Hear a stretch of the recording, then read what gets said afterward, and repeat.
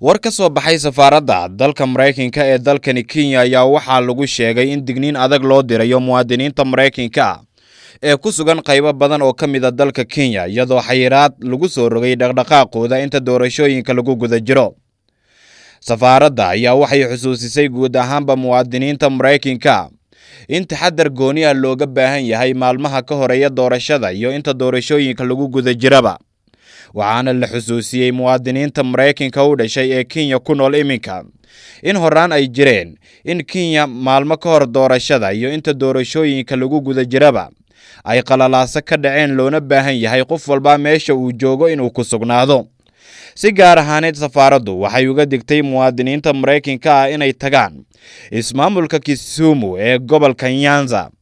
iyadoo la tilmaamay in meelaha khatarta badan ay ka mid tahay halkaasi oo ay ka baaqsadaan haddii ay awoodaan.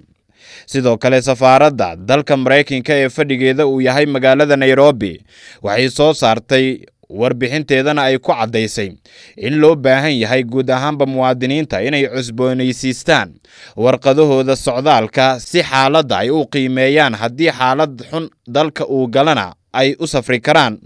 ama loo aqoonsado iyagoo socda haddii ay la kulmaan ciidamada ammaanka. safaaradda ayaa sidoo kale amartay guud ahaan muwaadiniinta in si dhow ay ula socdaan warbaahinta maxalliga ah si ay u ogaadaan waxa hareerahooda ka socda iyo guud ahaanba dalka Kenya. doorashooyinka lagu wado 9 bishan in ay ka dhacaan guud ahaanba jamhuuriyadda Kenya ayaa dad badan waxay ka muujinayaan walaac aad u xoogan oo la xiriira in rabshado ay ka dhici karaan. inkastoo laamaha ammaanka ay sheegeen in ammaanka uu yahay mid la isku haleyn karo isla markaana cid walba oo isku dayi doonta in ay qalalaasa abuuraan gacan bir ah lagu qaban doono.